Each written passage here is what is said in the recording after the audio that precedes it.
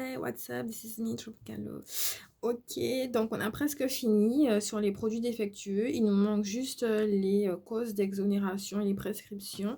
Et après, on pourra enfin passer à la partie contractuelle pour les 2 semaines qui nous restent de révision. Donc, c'est génial. On a quand même beaucoup avancé. Franchement, je m'y attendais pas autant, qu'on aurait pu avancer autant, malgré tous les petites péripéties et tout. Mais du coup, je suis quand même contente et satisfaite.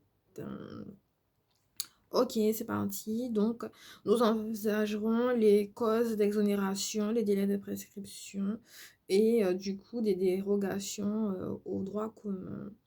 En ce qui concerne celles que je viens d'évoquer, les causes d'exonération du droit commun, elles sont codifiées à l'article 1245-12 du Code civil. Et du coup, c'est un régime qui prévoit que la victime, la faute de la victime, peut supprimer ou réduire la responsabilité du producteur. Donc, je répète, 1245-12, la faute de la victime peut supprimer ou modifier la faute du producteur. En fait, il doit vraiment surveiller finalement si la victime avait cette faculté à pouvoir se défendre correctement. Si elle était vigilante, hein, disons ça comme ça. Si la victime était suffisamment vigilante. Alors, concernant la force majeure, puisqu'on est en partie exonératoire, la loi en question, la directive en question, la directive sur les produits défectueux, ne distingue pas la force majeure à ce propos. Et donc, ça reste incertain, ça reste en fait un débat à ce sujet. Et du coup, oui, on peut toujours dire que la force majeure peut intervenir. Après, ce n'est pas forcément... Ça reste discutable et vous avez plusieurs arrêts d'interprétation stricte à cet effet. Un arrêt de la CJUE du 10 mai 2001, affaire C 2003-99.15. Bref, hein, et tout ça pour dire que les causes d'exonération à propos de la directive, voilà, c'est assez spécial.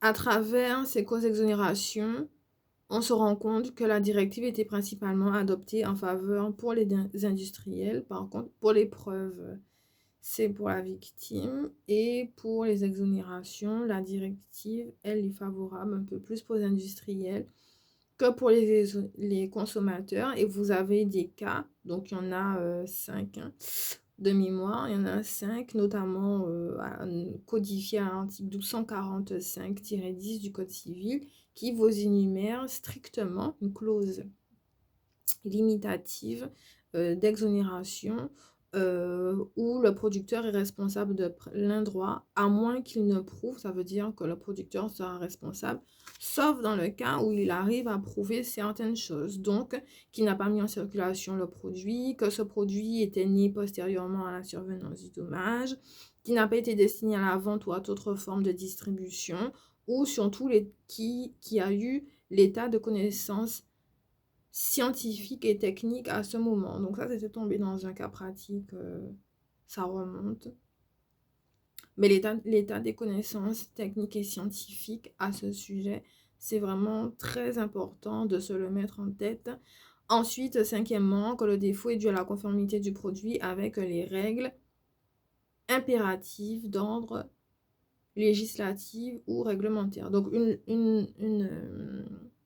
quelque chose d'impératif, c'est quelque chose à laquelle qui nous a été imposé et qu'on ne peut pas y déroger, sauf cas prévu du coup par la loi ou réglementaire. Sauf que là, les lois et les règlements prévoient qu'on ne peut pas y déroger, donc c'est d'application stricte. Voilà, et alors quelques notions, notamment sur Les prescriptions, alors j'avais mis dans une fiche, vous avez la prescription décennale de 10 ans, voilà, ou la prescription de 3 ans, après la date à laquelle le demandeur aurait eu ou aurait dû avoir connaissance donc de la défectuosité du produit et du dommage en fait qu'il aurait résulté, et aussi qu'il ait eu connaissance de l'identité du producteur. Donc avec l'article 1245-10, après avoir vu un peu les cas d'exonération exonératoire qui sont prévus par la liste limitative, vous avez du coup les délais de prescription. Donc je répète, il y en a 2. Donc dans les cas pratiques, faites pas l'erreur. Avant, je faisais un peu l'erreur. Et même si vous n'avez pas le temps, dites bien l'article 1215-10 du Code civil prévoit 2 cas d'exonération. Le premier, une prescription décennale. L'action réparation est mise par une action enclenchée et non prescrite. Il ne faut pas attendre que le délai soit forclos, de 10 ans après la mise en circulation du produit. Et je répète, le deuxième délai, l'action réparation est éteinte, donc on ne peut plus se prévoir en justice au bout de 3 ans après que la date du demandeur qu'il aurait dû savoir du coup le souci de défectuosité ou encore l'identité du producteur. Voilà, donc c'est une identité. Ces deux délais s'appliquent simultanément, ce qui veut dire que l'action est prescrite dès lors que l'un des 2 délais est expiré. C'est particulier. Mais bon, en fait, vaut mieux se dire que on a le temps quand même de pouvoir agir en justice. 10 ans, c'est quand même...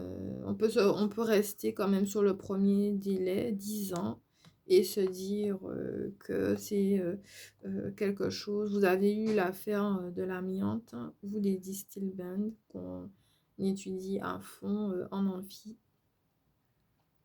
Voilà, et bien je vous remercie beaucoup de votre temps, de votre patience. Donc on a eu quelques notions, je répète, on a eu quelques notions sur le produit, les responsables, la victime, les conditions d'application, avec aussi le régime, les conditions d'application, le lien de causalité entre les deux. La mise en circulation du produit et les cas d'exonération avec les délais de prescription. C'est un petit peu le schéma qu'il faut avoir quand on veut, en tout cas, espérer avoir la moyenne ou tous les points. Donc, dire des petits mots bien précis à ce sujet. Quand je dis des petits mots, je m'entends un paragraphe bien concis, avec toujours citer une source, une base légale et une source jurisprudentielle pour étayer vos propos.